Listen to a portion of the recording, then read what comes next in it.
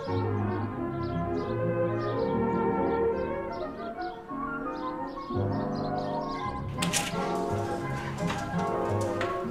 going on?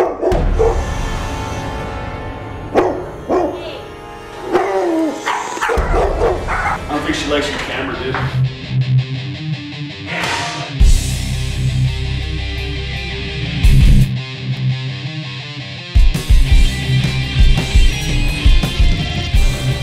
Alright guys, got a part of 3-minute round.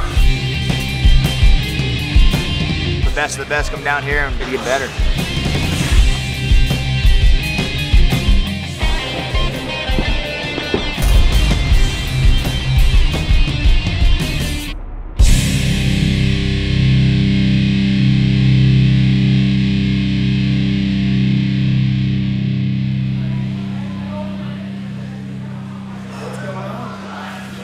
Monday morning, doing work. Talk to me Friday, and I promise you I won't be nearly as chipper. He's kind of quiet, you know. He walks in every morning drinking his coffee and keeps to himself. What do I want people to know about me? Dude, I'm kind of a private guy. He seems to be a very quiet guy, but he's one of the most badass fighters out there. And it's one of those kind of guys that seems to be a little bit mysterious, but what's underlying in there is probably something that most people haven't seen yet, but when they do, it's going to be very scary. The real reason that I love MMA and the reason that I'm passionate about the sport is it incorporates everything. The strategic, mental, logical aspect of it, as well as you've got incredible athletes, some of the best in the world, and then you give them tools and you give them strategies, you know, with which to, you know, destroy each other, and it's you know, it's a beautiful thing.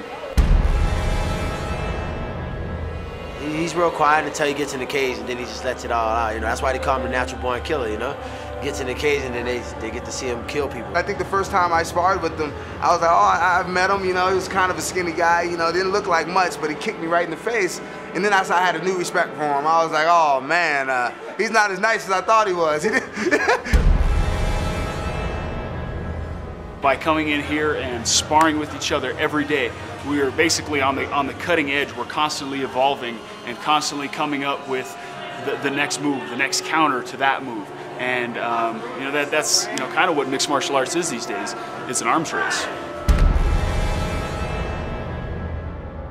I think he's a thinking man. I think that he's actually he's planning to take over the world, I think.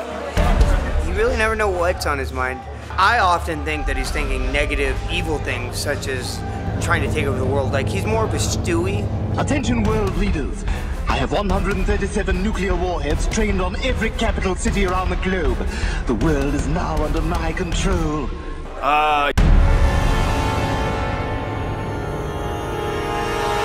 He could be a spy. Maybe try and figure out what we're doing here. But he's been here for a while, so I doubt he's a spy.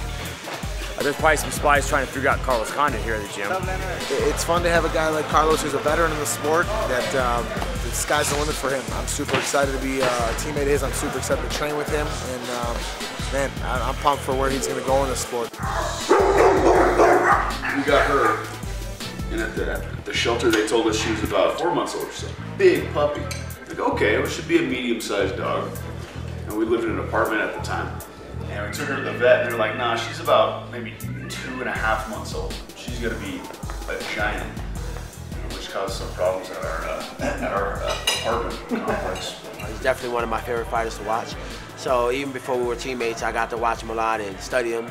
Now I got the privilege of training with him every day, so it's pretty cool. It's fun.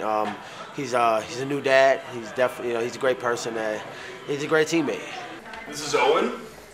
Owen is about 15 months old. This is my wife, Seeger. That's my motivation right there. Baby. Training at Jackson's is awesome, and you know, I literally have, you know, some of the best fighters in the world on my doorstep. We're a family at Jackson's, and you know, everybody trains hard, and it's really a group effort when a guy goes out there and wins. You don't really see, you see what the guy did in this fight, but you don't see all the stuff leading up to that. I feel proud when our guys win.